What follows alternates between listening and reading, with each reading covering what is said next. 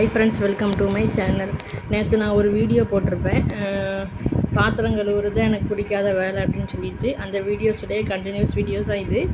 நேற்று வந்து பாத்திரத்தை ஒரு நிமிஷத்துல ஒரு 3 பாட்டு செல்லில் போட்டிருப்பேன் யூடியூப்பில். அந்த 3 பாட்டு ஓடி முடிகிறதுக்குள்ளே அவ்வளோ பாத்திரத்தையும் க்ளீன் பண்ணி சூப்பராக சிங்கையுமே நல்லா கழுவி நீட்டாக தொடச்சி விட்டாச்சு. வைப்பரை வச்சு தொடச்சி விட்டாச்சு. எப்படி நீட்டாக இருக்குது பாருங்கள்.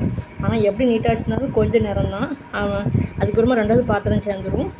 இந்த கிச்சன் டிப்ஸ் ஒன்று சொல்கிறேன் கேளுங்க. அது கூட நம்ம வீட்டில் வந்து இந்த பாத்திரம் கழுவிட்டு அந்த சிங்கில் வந்து ஏதாவது ஸ்மெல் வரும், எச்சி பாத்திரத்தோட ஸ்மெல்லு. அதுக்காக நல்லா கொதிக்க வச்சு தண்ணியை வந்து அதில் ஊற்றிடணும். அந்த சிங்க் இதுக்குள்ளே ஊற்றிட்டு அதில் வந்து மட்டும் தூள் உப்போ இல்லைன்னா கல் உப்போ எந்த உப்பு இருந்தாலும் பரவாயில்ல, 1 ஸ்பூன் போட்டு விட்டுறணும்.